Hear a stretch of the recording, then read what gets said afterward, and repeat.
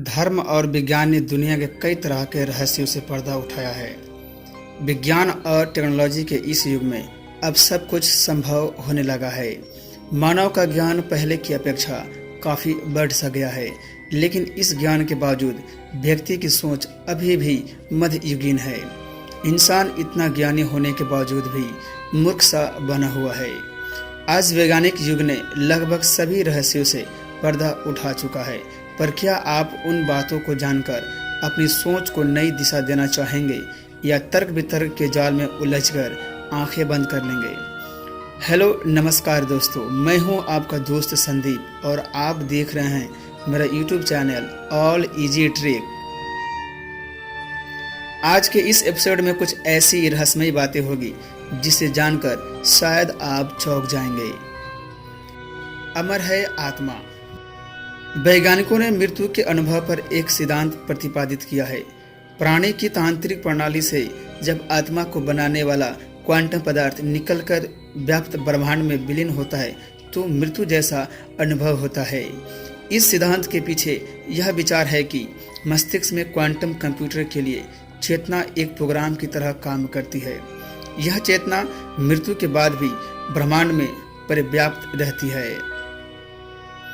इस सिद्धांत के अनुसार हमारे आत्मा का मूल स्थान मस्तिष्क की कोशिकाओं के अंदर बने ढांचे में होता है, जिसे माइक्रोट्यूबुल्स कहते हैं।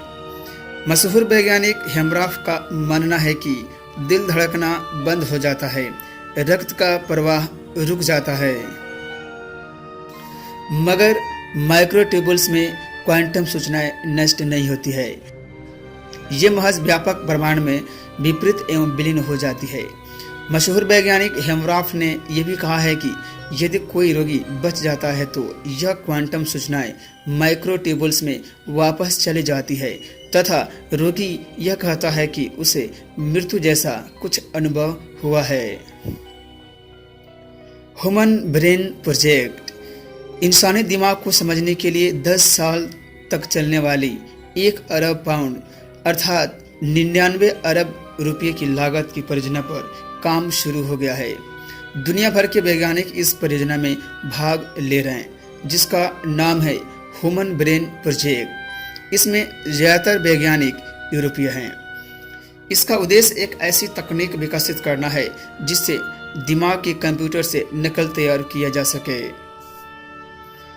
मशहूर प्रोफेसर हेनरी मार्कराम कहते हैं कि ह्यूमन ब्रेन प्रोजेक्ट पूरी तरह नई कंप्यूटर साइंस टेक्नोलॉजी बनाने की कोशिश है ताकि दिमाग में चल रहे सारी जानकारियाँ को एकत्र किया जा सके।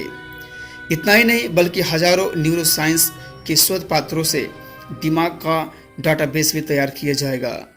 प्रोफेसर मार्कराम कहते हैं कि हमें अब यह समझ लेना चाहिए कि इंसान का दिमाग इतना खास क्यों होता है, ज्ञान और व्यवहार के पीछे का मूल ढांचा क्या है, दिमागी गणना के आधार पर नई तकनीकों का विकास कैसे किया जाए। लेकिन जब तक हमारे सुपर कंप्यूटर्स और ताकतवर नहीं होते तब तक यह करना लगभग मुश्किल है। वैज्ञानिक बताते हैं कि विज्ञान और विकसित होता है तब भी यह करना मुश्किल है, क्योंकि हर कोशिका में पाए जाने वाले 3 अरब मूल जोड़ों का नक्शा बनाना और सभी का जेनेटिक जोड़ तैयार करना लगभग संभव नहीं है। वैज्ञानिकों के अनुसार दिमाग में करीब 100 अरब न्यूरॉन या तंत्रिकाएं कोशिकाएं होती है। इस लिहाज से यह प्रोजेक्ट एक जटिल प्रक्रिया है। बढ़ते हुए टेक्नोलॉजी और विज्ञान के चलते शायद हमारे वैज्ञानिक इस प्रोजेक्ट को आने वाले वक्त में पूरा कर ले। आज के इस एपिसोड में इतना ही। मिलते हैं अगले एपिसोड में ऐसे ही किसी रोचक वीडियो के साथ।